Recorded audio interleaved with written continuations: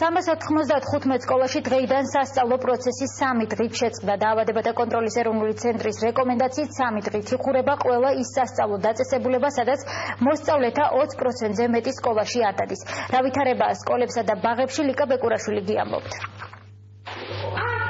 სასწავლო პროცესი ღორის გრიპის პრევენციის მიზნით დღეს კიდევ 15 სკოლაში შეჩერდა. იმ სკოლებში კი სადაც სწავლა არ შეწყვეტილა, დღეს დასწრების მინიმუმი დაფიქსირდა. ამ დროისთვის ვირუსის გავრცელების საფრთხის გამო ქვეყანაში 195 სკოლაა დახურული. საჯარო სკოლებში აცხადებენ, რომ მოსწავლეთა მოსწრების შემცირება დაავადებათა კონტროლის ცენტრის მიერ გუშინ გაკეთებულმა განცხადებამ გამოიწვია. განახევრებულია მოსწავლეთა რაოდენობა. მიუხედავად იმისა, რომ იყო ინფორმაცია მიწოდებული დამრიგებლებისადმი ისინი მუშაობდნენ მასწავლებლებთან, მაგრამ მოგეხსენებათ შის ფართო თვალები აქვს და ამან განაპირობა ის, რომ მშობლებმა თავი შეიკავეს, თუმცა ყოველდღიურად იყო გადამოწმება ინფორმაციის, რომ ბავშვი არ დადის, რატომ არ დადის. გუშინდელთან შედარებით დასწრება გაცილებით ცუდია. ვთვლი, რომ ეს გაშხერებული ნეგატიური ინფორმაციის გამო მოხდა, იმიტომ რომ გუშინ დასწრება იყო კარგი, ძალიან კარგი არა, მაგრამ კარგი იყო. დღეს გაცილებით მეტი ბავშვი არ მოვიდა სკოლაში. საგანგებო ბრიფინგი გაიმართა განათლებისა და მეცნიერების სამინისტროში. როგორც მინისტრის მოადგილე ლია გიგაური განმარტავს, ამ დროისთვის სკოლებში მონაცემების დამუშავება მიმდინარეობს. დახურული სკოლების რიცხვის შესაძლოა კიდევ გაიზარდოს. გუშინდელთან შედარებით მოიმატა ამ სკოლების რაოდენობამ, თუმცა ეს არ არის საგანგაშო რაოდენობა.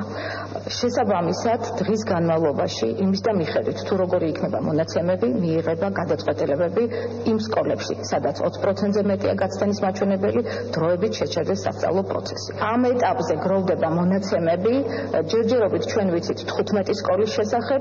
საჯარო სკოლებისგან განსხვავებით სასწავლო აღმსდელობითი პროცესი არ შეწყვეტილა საბავშვო ბაღებში. მიუხედავად იმისა, რომ საბავშვო დაწესებულებებში ბავშვთა გაცდენა საერთო მაჩვენებლის ნახევარს სცილდება, ბაღების მართვის სააგენტოს ბაღების დახურვის გადაწყვეტილება ამ დრომდე არ მიუღია.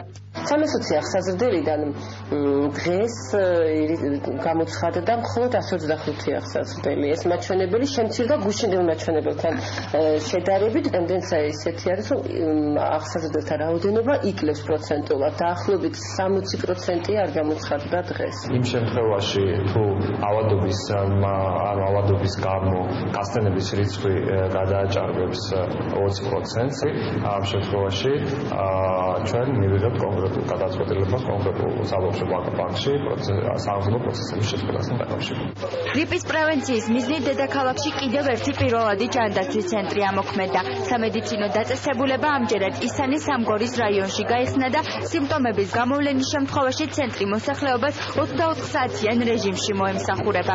თავდება თბილისის ყველა რაიონში სადღამისო ცენტრების გახსნა. ბოლო ესეთი ცენტრი გახდა ისანის სამგორის რაიონში. ანუ ეს საოჯახო მედიცინის ცენტრი 24 საათის განმავლობაში მოემსახურება პაციენტებს. ამ დროისთვის გრიპის ვირუსის სულ 115 ლაბორატორიული შემთხვევა ფიქსირდება. აქედან H1N1-ით გარდაცვლილია 3 ადამიანი. მიუხედავად ქვეყანაში განხორციელებული პრევენციული ღონისძიებებისა, დაავადებათა კონტროლის ცენტრი ვირუსის გავრცელების საფრთხეს ვერ ხედავს.